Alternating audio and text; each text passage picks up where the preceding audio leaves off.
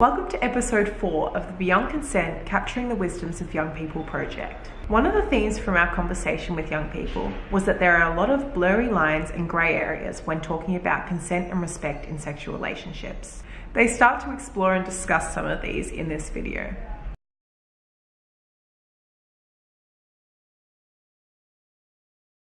The lines are quite blurry because although you can be nervous with it and you might go, yeah, no, I want to do it, and then kind of back off and then go, oh, let's keep going a bit more. There's a lot of, not so much stigma, but I think there's definitely an idea where people kind of think they get the idea of consent but don't quite, and what they interpret it to mean is no means no, but they'll, instead of waiting for a yes, they'll wait for a no.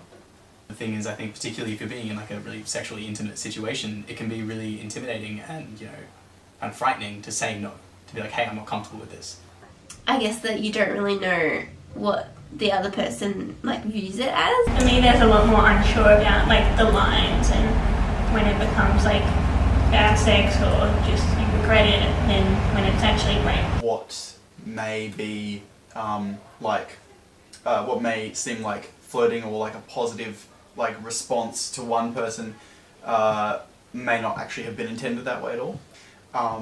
Sometimes by the time you realise what the other person thinks you've agreed to or thinks you've consented to, you feel really uncomfortable with backing out because you feel like you're, I don't think this is how it was articulated, but you feel like you're taking away something that you've already given to them without realising it. Not really much. Yeah, no. Just what you've seen in movies and other people's experiences that you've accumulated across your lifetime. So that's why I think everybody's definition in their heads is different.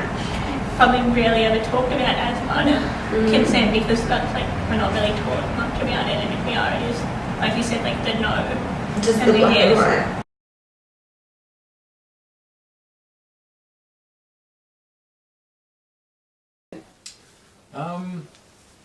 It's definitely made me think about sort of having that, obviously I've had conversations about it, but it sort of made me think more about a definition for it, which I hadn't necessarily thought of sometimes before, or is that there's that sort of blurred line of is this okay, isn't that okay? I have a thought. Does consent also encompass the mutual understanding of using protection? Do you know what I mean? If